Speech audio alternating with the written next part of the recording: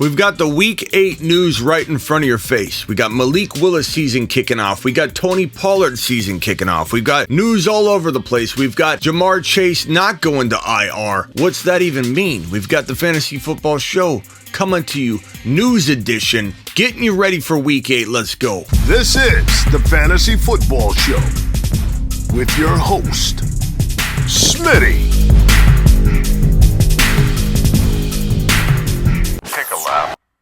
It's Malik Willis time, and you may or may not have a situation that calls for putting him into your lineup. That's up to you, and you can bring that to me in the comments, the live show, in the comments of any YouTube video, and I'll try to get back to you. Or use my text line at thefantasyfootballshow.com. You can text me one-on-one on demand.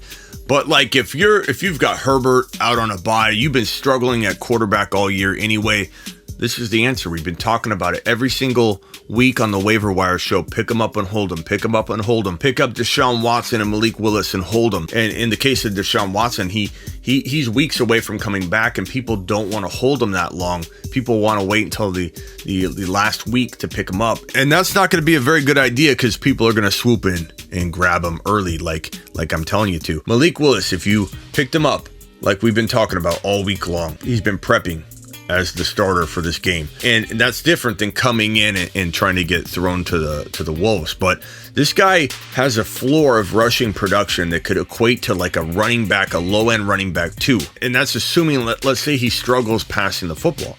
Let's say he's not as good passing the football as we hoped he would be. He can come in and get you like maybe Deonta Foreman type rushing numbers on the ground. And then if he does play well as a quarterback, that's gravy. He's a cheat code in a way, walking into the remaining part of the season if he does play well and they keep him in the lineup. It's hard to put a guy in like this and then go back.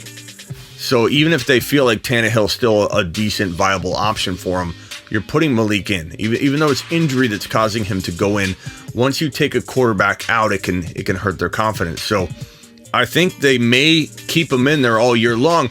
Clearly, if he does well, and this matchup against the Texans couldn't be a better matchup for a guy like Malik Willis, who's coming into a game. He's on the road, but he's going into Houston. And he's not going into a like Tampa Bay or a Buffalo situation. He's going into Houston where he can actually put together a W and walk out of week number 8 looking like the go-for-it starter for the Titans. So if you've got him, get excited. If you've got him, put him in your lineup. If you are struggling at quarterback, don't put anybody great on the bench and put Malik in there getting all excited. But there are a lot of people struggling with quarterback this week, whether it's having Mahomes on a bye, whether it's having Herbert on a bye, whether it's having somebody banged up, or whether you've been chasing quarterback all year long. And even some people that are like, I got Dak, I got Malik, you've got a dilemma on your hands. It's a risky, high risk, high upside play for sure. But there is some major appeal going on here in Malik Willis in your lineup in week number 8. So dial him up, fire him up. Malik Willis season is in full effect. Look at this man, Adam Schefter, first NFL start for rookie QB Malik Willis. It's go time. It's go time. Get him in your lineup. Jamar Chase is not being placed on the IR, the injured reserve list, so that means he probably could be back before 4 weeks, or the team would have put him on IR. If they thought, okay, it's a lost cause, he's going to be out for at least 4 weeks, we'll put him on IR. They didn't do that. That usually indicates there's some hope that he can come back early. So don't go freaking out and getting rid of him on the cheap. But I do think in some cases, if you're 2 wins, 3 wins, and you need a win, trading him across, for an Olave or a Higgins. I've seen some people get A.J. Brown. It's absolutely insane. Some of the deals you could still pull off with the name of Jamar Chase and the thought of him maybe coming back earlier than 4 weeks. So definitely poke around and see what you can get for him if you do own him. But if you're 5-2, 6-1, you maybe don't need to make any moves at all. You could probably wait on him. More to come on Jamar Chase. There's certainly a lot of information we're going to get next week on it. Here are a list of all the players that are out. This is from Adam Schefter. I'll put this on the screen right here and keep it right here in the corner real quick. You can glance at that list right there. Van Jefferson activated from the injured reserve. I'm not looking to Van right now. Let him prove it before we start looking to put this guy in your lineup. But some teams are in need very badly, and if he's available and you do need somebody and there's nobody else even remotely close to that, you got to pick him up and maybe you play him. But I'm not expecting a lot this first game. Brandon Cooks, watch this news right here. Brandon Cooks could be a scratch for this game. And, he's been struggling with an injury here and there, but he was a full participant at practice, yet he's being called a potential scratch for the game. Usually that indicates a trade's going down.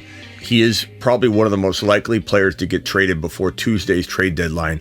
And the report here is talking about, from Pro Football Talk, that the Rams are looking like a front runner going back to the Rams, which would make sense. The Rams need a weapon. They need to try and get Stafford back on track. But I think the Chargers would be smart to play ball here and try and pull this kid in and try and make up for the fact that, Mike Williams is not only inconsistent, but he's also injured and out for a while. So that would be a great addition. I mean, Herbert to the moon if Brandon Cooks could come in and play football for the Chargers. Green Bay has also been mentioned in a lot of circles, but who knows what's going to really happen at the end of the day. We're all speculating, but the Rams, the Chargers, the Green Bay Packers, they all feel like potential landing spots for Brandon Cooks. And if he is a scratch, I bet you a deal is getting worked on, and we'll hear something shortly. Other players that could get moved before the trade deadline, Kareem Hunt could get moved before the trade deadline. This guy is probably the most attractive running back to go get. There's some talk about, Jeff Wilson maybe being shopped, or the Niners are willing to listen to an offer on Jeff Wilson, but I don't think Jeff Wilson's going to garner much interest. I mean, Kareem Hunt's clearly the better prospect if you're going to trade for a running back right now for any team in need of a running back. But Kareem Hunt is the guy I would bank on getting traded before the Tuesday deadline. If a RB does get traded, anything is possible. All it takes is one interested team and one of these players to pull off a deal. But I'm not feeling like Jeff Wilson is the guy that's going to get traded. I think it's going to be Kareem Hunt if an RB is traded.